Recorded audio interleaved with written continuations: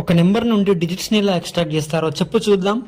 Code రాసి మరీ explain చేస్తాను, వీడియో లాస్ట్ వరకు చూడు darling. Welcome to the day 7 of 30 days 30 coding questions.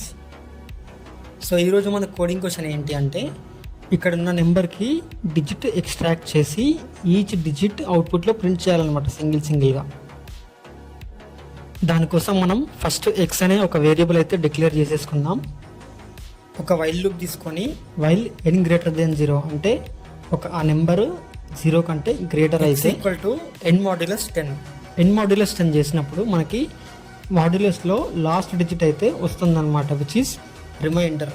ఆ రిమైండర్ మనకి ప్రింట్ అవుతుంది. Next n equal to n divided by 10. ఇక్కడ మనకి కోషంట్ వస్తుంది, విచ్ ఈస్ 1 2 3.